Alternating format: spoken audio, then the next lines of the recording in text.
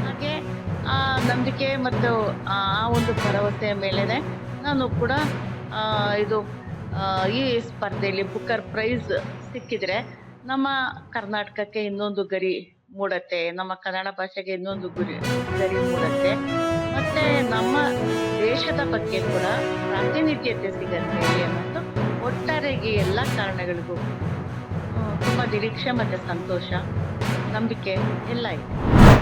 ಎಲ್ರಿಗೂ ವಿದ್ಯಾವಂತರಾಗಬೇಕು. ಆಮೇಲೆ ಎಲ್ಲ ಸಂಘಟನೆ ಮಾಡಬೇಕು, ಸಂಘಟನೆ ಆಗಬೇಕು. ಆಮೇಲೆ ಹೋರಾಟ ಮಾಡಬೇಕು. ಯಾರು ಹೋರಾಟ ಇಲ್ಲದೇನೆ ನಿಮಗೆ ನಿಮ್ಮ ಬಾಬಾ ಸಾಹೇಬ್ ಅಂಬೇಡ್ಕರ್ ಅವರು ಹೋರಾಟ ಮಾಡದೆ ಹೋಗಿದ್ರೆ, ಸಂವಿಧಾನ ರಚನಾ ಸಮಿತಿಯ ಅಧ್ಯಕ್ಷನಾಗಿದ್ದೇ ಹೋಗಿದ್ರೆ ಇವೆಲ್ಲ ಸಿಗ್ಲಿಕ್ಕೆ ಸಾಧ್ಯ ಆಯ್ತಿದ್ದ ನಮಗೆ.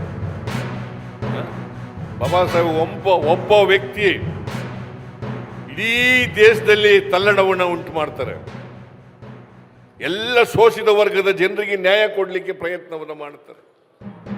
ಈಗ ಎಷ್ಟು ಜನ ವಿದ್ಯಾವಂತರಾಗಿದ್ದೀವಿ ನಾವು?